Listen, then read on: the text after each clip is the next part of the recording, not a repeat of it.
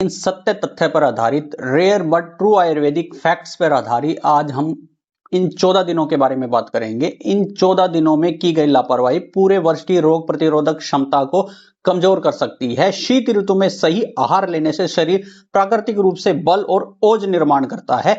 आयुर्वेद के अनुसार इन 14 दिनों में घी का सेवन भविष्य के वात रोग को कम कर सकता है, आपके जोड़ों के रोगों को, जोड़ों के दर्द को कम कर सकता है। जो लोग इन दिनों वात को संतुलित रखते हैं उसमें गठिया और सर्दी खांसी कम होती है। यह काल रसायन चिकित्सा के लिए श्रेष्ठ माना गया है। दोस्तों, आयुर्वेद के अनुसार वर्ष के सबसे ठंडे 14 दिन शरीर को कमजोर करने के लिए नहीं बल्कि सशक्त बनाने के ये दिन है, यदि आप सही आहार, दिनचर्या, विचार अपनाए जाएं। याद रखें, जो इन 14 दिनों को समझ गया उसने पूरे वर्ष की स्वास्थ्य की नींव रख दी। आयुर्वेद के अनुसार वर्ष के सबसे ठंडे 14 दिन शरीर को बचाने, सशक्त बनाने का स्वर्ण काल है। इन दिनों क्या करें, क्या ना करें, आइए जानते हैं पूरी जानकारी। जब शीत ऋतु अपने चरम पर होती है तब आयुर्वेद इसे केवल ठंड का मौसम नहीं बल्कि शरीर की अग्नि, बल, रोग प्रतिरोधक क्षमता की परीक्षा का समय मानता है।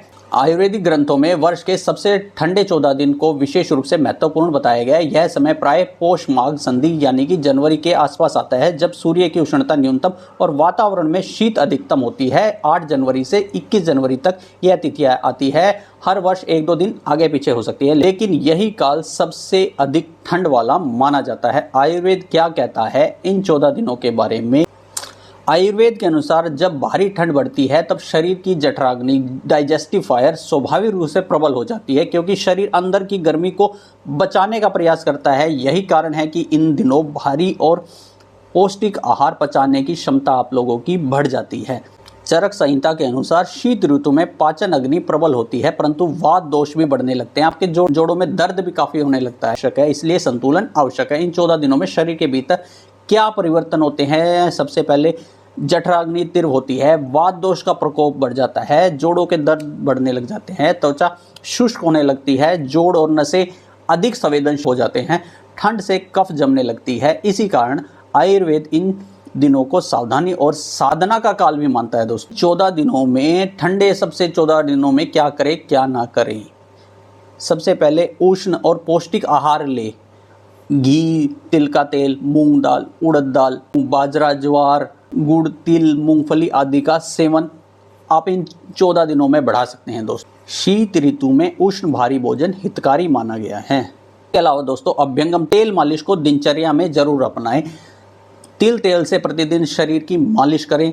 यह वात को शांत करता है, जोड़ों को मजबूत बनाता है, त्वचा को शुष्क होने से बचाता है।